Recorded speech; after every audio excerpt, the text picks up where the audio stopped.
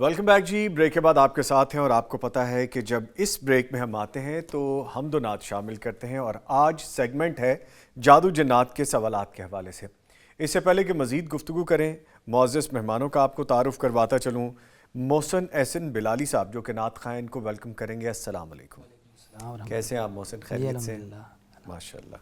اور ان کے ساتھ تشریف فرما ہے مولانا صبغت اللہ احسن صاحب، ماہر جادو جنات ہیں. ان کو بھی ویلکم کریں گے. سر السلام علیکم. وعلیکم السلام ورحمۃ اللہ وبرکاتہ. خیریت سے ہیں سر آپ؟ کیسے ہیں آپ؟ ٹھیک ہیں الحمدللہ. اور الحمدللہ سنائیں. جی اللہ کا شکر ہے. بہت سی باتیں کریں گے جی، سوالات بہت ہیں، لیکن پہلے محسن کی جانب چلتے ہیں، ان سے جانتے ہیں کہ کیا سنا رہے ہیں. جی محسن کیا سنا رہے ہیں آج آپ؟ مقبول صلی اللہ علیہ وآلہ وسلم. نعت رسول مقبول. ماشاءاللہ سنائیے.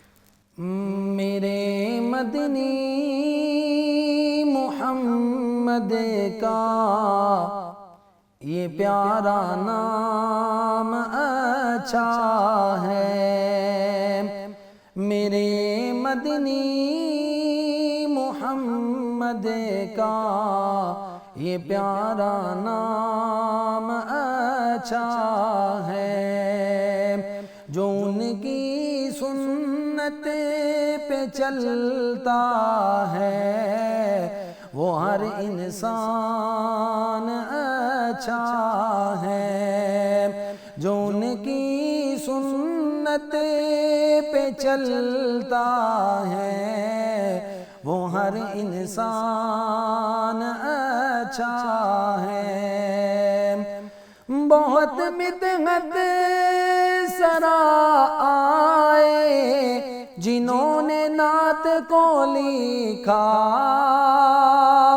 بہت مدحت سرا آئے جنہوں نے نعت کو لکھا. مگر انہیں لکھنے والوں میں میرا حسان اچھا ہے. مگر انہیں لکھنے والوں میں میرا حسان اچھا ہے. میرے مدنی محمد کا یہ پیارا نام اچھا ہے. تورات انجیل بر حق ہے یہی ایمان ہے، لیکن تورات انجیل بر حق ہے یہی ایمان ہے، لیکن صراط حق پہ چلنے کو ہمیں قرآن اچھا ہے. صراط حق پہ چلنے کو ہمیں قرآن اچھا ہے. میرے مدنی محمد کا یہ پیارا نام اچھا ہے. حرمین شریفین میں محسن کب ہوگی میری حاضری. حرمین شریفین میں محسن کب ہوگی میری حاضری. یہی حسرت یہی چاہت یہی ارمان اچھا ہے. یہی حسرت یہی چاہت یہی ارمان اچھا ہے. میرے مدنی محمد کا یہ پیارا نام اچھا ہے. جو ان کی سنت پہ چلتا ہے وہ ہر انسان اچھا ہے.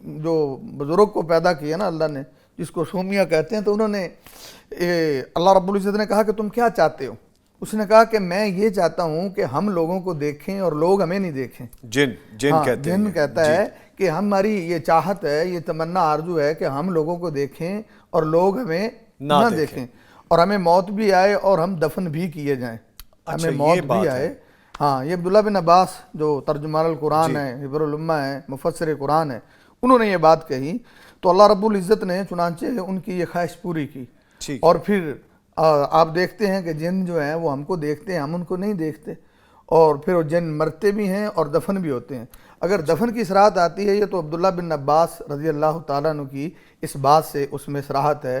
باقی کچھ لوگ یہ موقف رکھتے ہیں کہ مرنا کنفرم ہے، لیکن قبر کا ہم نے کبھی دیکھا نہیں ہے، کوئی علم نہیں ہے، ادراک نہیں ہے یا کوئی صراحت نہیں ہے، لیکن آج آگے یہ عبداللہ بن عباس کی بات تقویت دیتی ہے کہ جس طرح جنوں کا مرنا یقینی ہے، ایسے دفن ہونا بھی ہے۔ ٹھیک ہے، آگے پوچھا گیا جی کہ کیا جنگلات کی طرح پانیوں میں بھی جنات کا وجود ہوتا ہے؟ باقی جنات کے ٹھہرنے کی جو جگہ ہوتی ہے، وجود تو ان کا ہر جگہ پہ ہوتا ہے۔ پھر آگے جنات کی قسمیں بھی ہوتی ہیں، اور جس طرح اللہ کے نبی صلی اللہ علیہ وسلم کی حدیث آتی ہے نا مستدرک حاکم میں، بلکہ طبرانی میں بھی، اور شیخ البانی رحمہ اللہ نے اس پہ صحیح کا حکم لگایا ہے کہ اللہ کے نبی صلی اللہ علیہ وسلم نے فرمایا کہ الجنۃ ثلاثۃ اصناف، جنوں کی 3 قسمیں ہیں۔ صنفن، اللہ کے نبی نے فرمایا جنوں کی 3 قسمیں ہیں۔ صنفن اجنحۃ، ایک وہ جن ہوتے ہیں جن کے پر ہوتے ہیں، یطیرون فی الہوا، وہ ہواؤں میں اڑتے رہتے ہیں۔ اس کا مطلب وہ کچھ جن تو فضاؤں میں رہتے ہیں، ہواؤں میں رہتے ہیں۔ اور نبی پاک نے فرمایا کہ صنفن حیات وقلاب، جنوں کی ایک وہ قسم ہے جو کتے کی شکل میں ہوتے ہیں یا سانپ کی شکل میں ہوتے ہیں۔ تو اس حدیث سے یہ استدلال ہم کر سکتے ہیں کہ سانپ تو بھائی سمندر میں بھی رہتے ہیں، جی، سانپ خشکی میں بھی رہتے ہیں۔ تو اس حدیث سے تھوڑی بہت یہ صراحت ہوتی ہے کہ جو جنات ہیں وہ پانیوں میں بھی ہوتے ہیں۔ ویسے تو ان کا ٹھکانہ جنگلوں میں رہتے ہیں، بیابانوں میں رہتے ہیں، کوڑا کرکٹ میں رہتے ہیں، لیٹرینوں میں رہتے ہیں، اور جو غلط قسم کے جن ہوتے ہیں یہ ایسی گندی جگہوں پہ رہتے ہیں۔ اور خاص کر جو مسلمان جن ہوتے ہیں ان کی بعض جو نیک اور پارسا ہوتے ہیں وہ مسجدوں میں رہتے ہیں، بیت اللہ کے قریب رہتے ہیں، حرم کے قریب رہتے ہیں۔ جو اچھے جن ہوتے ہیں، نیک اور پارسا ہوتے ہیں، جن کا اللہ کے ساتھ تعلق ہوتا ہے، کہ ان میں نیک اور بد بھی ہوتے ہیں۔ لیکن یہ جو جنات ہوتے ہیں خبیث قسم کے، اس لیے ہمیں حکم دیا گیا نا کہ آپ واش روم میں جائیں تو ہم یہ دعا پڑھیں، اللہم انی اعوذ بک من الخبث والخبائث، یعنی یہ خبیث جنوں اور جننیوں سے پناہ مانگنی چاہیے۔ تو ان کے رہنے کی وہ بھی جگہ ہے۔ اور جس طرح صحیح بخاری میں مسلم میں آتا ہے نا کہ جو ابلیس ہے وہ اپنا جو عرش ہے وہ پانی پہ رکھتا ہے، اور وہاں سے اپنے گروہوں کو بھیجتا ہے جو لوگوں کو گمراہ کرتے ہیں۔ تو یہ مسلم کی حدیث بھی بتاتی ہے کہ اس کا مطلب اگر ابلیس کا عرش وہ پانی میں ہے تو وہاں سے اپنے لشکر بھیجتا ہے، تو بہت سارے جنات تو پھر پانیوں میں بھی رہتے ہیں۔ جی، یعنی اس سے ہمیں پتہ چلتا ہے کہ جن جیسے خشکیوں میں رہتے ہیں ایسے جن سمندر میں، پانی میں، وہاں بھی ان کے ڈیرے ہوتے ہیں۔ اور جیسے یہ نبی پاک کی وہ حدیث ہے کہ جنوں میں سے سانپ بھی ہوتے ہیں، تو سانپ ہم جانتے خشکی کے بھی ہوتے ہیں، تری کے بھی ہوتے ہیں، پانی کے بھی ہوتے ہیں۔ یعنی جنگلات ہوں، بیابان ہو، گندگی والی جگہ ہوں، پانی ہو، یہ پائے جا سکتے ہیں وہاں پہ۔ ان کی مطلب کہ یہ جنات جو ہوتے ہیں نا جی، ان کی مختلف اقسام ہوتی ہیں۔ کچھ ہمارے گھروں میں بھی رہتے ہیں، کچھ ہمارے مثلا بازاروں میں بھی رہتے ہیں۔ اس لیے نبی پاک نے فرمایا جب آپ بازار میں انٹر ہوتے ہیں تو دعا پڑھ کے جائیں، کیونکہ بازاروں میں بھی ان کی انٹری ہوتی ہے۔ اور خاص کر جو جہاں پہ شراب نوشی ہوتی ہے، گناہ کے کام ہوتے ہیں، وہاں یہ جو غلط قسم کے جنات ہیں وہاں ان کا ڈیرا ہوتا ہے۔ صبغت اللہ صاحب یہ بھی بتائیے فار دا لائٹر نوٹ کہ اس وقت ہمارے اسٹوڈیوز میں بھی جنات ہو سکتے ہیں، ویسے بسیرا ہو سکتا ہے ان کا؟ ممکن ہے، کیونکہ اصل میں بات یہ ہے کہ جنات جو میں نے عرض کیا نا، ہمارے کچھ لوگوں کا یہ موقف ہوتا ہے کہ جو فلاں جگہ بڑی پکی ہے وہاں جنات رہتے ہیں، تو بھئی وہ کون سی جگہ جہاں جنات نہیں رہتے؟ وہ تو ہم سے زیادہ مخلوق ہے، تو وہ تو ہر جگہ ہی رہتے ہیں۔ تو امام کائنات محمد رسول اللہ صلی اللہ علیہ وسلم کی یہ جو میں نے 2 احادیث بطور دلیل پیش کی ہیں کہ جن جو ہیں وہ پانیوں میں بھی ہو سکتے ہیں۔ ٹھیک ہے، اچھا سر، آگے پوچھا گیا ہے کہ سیاہ رنگ کے بارے میں سنا ہے کہ اس کا جن اور شیاطین سے تعلق ہے، سیاہ رنگ کے بارے میں؟ ہاں جی، یہ جو بلیک رنگ ہوتا ہے نا جی، ویسے تو عام لوگ اس کو سوگ کے لیے جو ہے نا وہ استعمال کرتے ہیں، غم اور پریشانی کے لیے اس کو لوگ جو استعمال کرتے ہیں، اور مختلف خاص کر یہ جو کالے علم والے ہوتے ہیں یہ کالے رنگ کو یوز کرتے ہیں۔ لیکن بہت سارے لوگ جو ہیں وہ کالے رنگ کو یوز کرتے ہیں جنوں کے دفاع کے لیے بھی، جنوں اچھا، کے بچنے کے لیے بچنے کے لیے بھی یوز کرتے ہیں. لیکن یہ کہنا کہ کالے رنگ کا تعلق کو جنات اور شیاطین سے ابھی اس سے کو ڈرتے ہیں یا بھاگتے ہیں ایسا تو نہیں ہوتا. لیکن یہ کالا رنگ عام طور پہ سوگ کے لیے یوز ہوتا ہے. عام طور پہ پریشانی میں لوگ استعمال کرتے ہیں. جیسے کوئی عورت مثلا اس کا خامد فوت ہے جو اس کو کہتے تم کالا لباس پہنو اس میں خوبصورتی کم پائی جاتی ہے, تو ان چیزوں کے لیے یوز ہوتا ہے.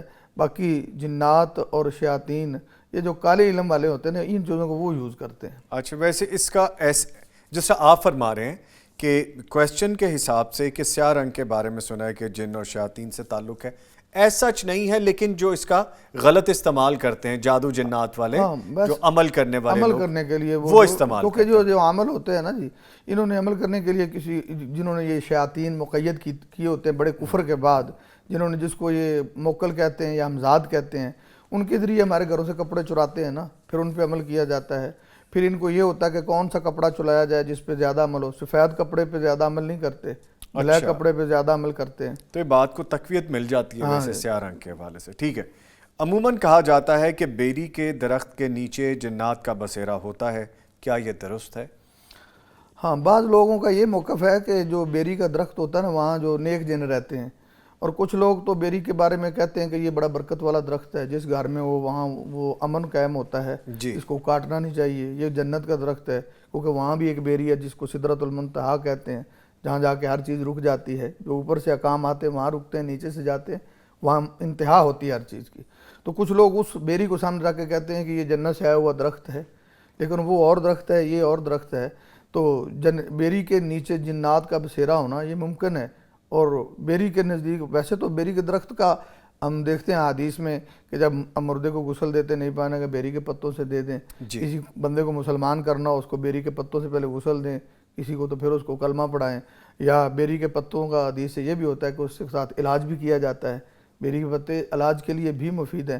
تو پھر اس سے جو ہے نا جادو کا علاج ہو سکتا ہے, لیکن جنات کا بسیرا جو ہے وہ بھی ممکن ہے. اچھا, نہ صرف بیری بلکہ کسی بھی درخت کے نیچے ہو سکتا ہے یا کسی درخت پہ ہو سکتا ہے؟ کسی بھی درخت پہ. آپ کتنے ہم ایسے واقعات سنتے ہیں کہ ہمارے پاس کئی مریض آتے ہیں جی بچے کو جن لگ گئے ہیں, تو وہ کہتے ہیں جی ہم اسکول سے آ رہے تھے فلاں درخت کے نیچے بیٹھے ہیں تو وہاں سے جن لگا. بھائی کیوں لگا ہے؟ کہنے لگے جی ہم کھانا کھا رہے تھے اس نے وہاں پیشاب کر دیا. تو وہ کسی بھی درخت کے نیچے بسیرا کر سکتا ہے جو ہمارے علم میں نہیں ہوتا. ٹھیک ہے, عموماً کہا جاتا ہے پرانے درخت جو ہوتے ہیں, بڑی عمر کے درخت جو ہوتے ہیں, ہاں جیسے بوڑ کا درخت ہوتا ہے, پیپل کا درخت ہوتا ہے, لوگوں میں یہ باتیں معروف ہیں. لیکن جو ہم حدیث میں پڑھتے ہیں جنات کی زیادہ قسمیں 3 بیان کی جاتی ہیں نا, کہ کچھ جن جیسے میں عرض کر رہا تھا کہ کچھ جن تو جو ہواؤں میں اڑتے ہیں, کچھ جن جو مختلف شکلوں میں زمین پہ رہتے ہیں, کچھ جن جو ہوتے ہیں وہ ٹھہرتے بھی ہیں, سفر بھی کرتے ہیں, کچھ جن ہمارے گھروں میں بھی رہتے ہیں, کچھ جن ہمارے قریب بھی رہتے ہیں. تو یہ تو پھر ہر جگہ ان کا وجود تو ہوتا ہے, لیکن جنات کی قسموں میں مختلف قسمیں کہ یہاں کون سی رہتی وہاں کون سی رہتی. ٹھیک ہے, ٹھیک ہے. اچھا, آگے پوچھا گیا ہے جی, جن جب انسانی شکل میں آتا ہے تب زیادہ طاقتور ہوتا ہے یا جب وہ اپنی جناتی صورت میں ہو تب زیادہ طاقت والا ہوتا ہے؟ اب یہ ہوتا ہے کہ جب جنات کسی میں انٹر کیے جاتے ہیں نا تو وہ کسی نہ کسی عامل نے اس کو قید کیا ہوتا ہے.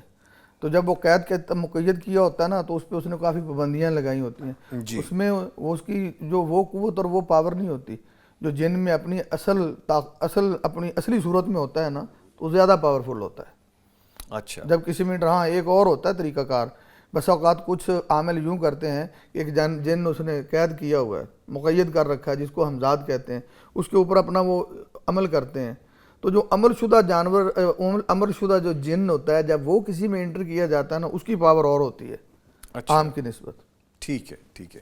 اچھا, ایک کویسچن ہے, کسی نے اپنا لکھ کے بھیجا ہے کہ میں نے اپنی ڈریسنگ ٹیبل کی دراز کھولی تو اس میں کسی خاتون کے سر کے بالوں کی چٹیاں پڑی ہوئی تھی.